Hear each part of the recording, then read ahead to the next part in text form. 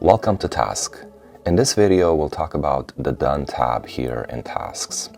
Now, this is where all of your completed work lives.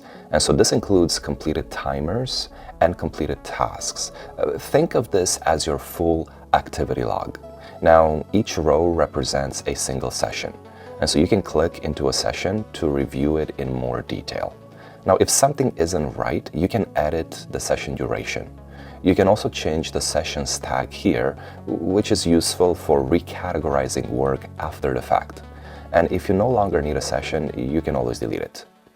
At the top, you'll find controls to filter what's shown. And so you can filter sessions by tags to focus on a specific type of work. You can also filter by time to view sessions within a specific range.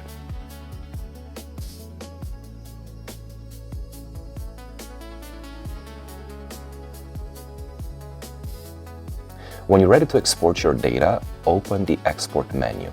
You can export sessions as a PDF for sharing or record keeping. You can also export as a CSV if you want to analyze your time in a spreadsheet.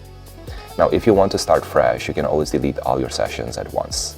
This only clears your history and does not affect your active tasks.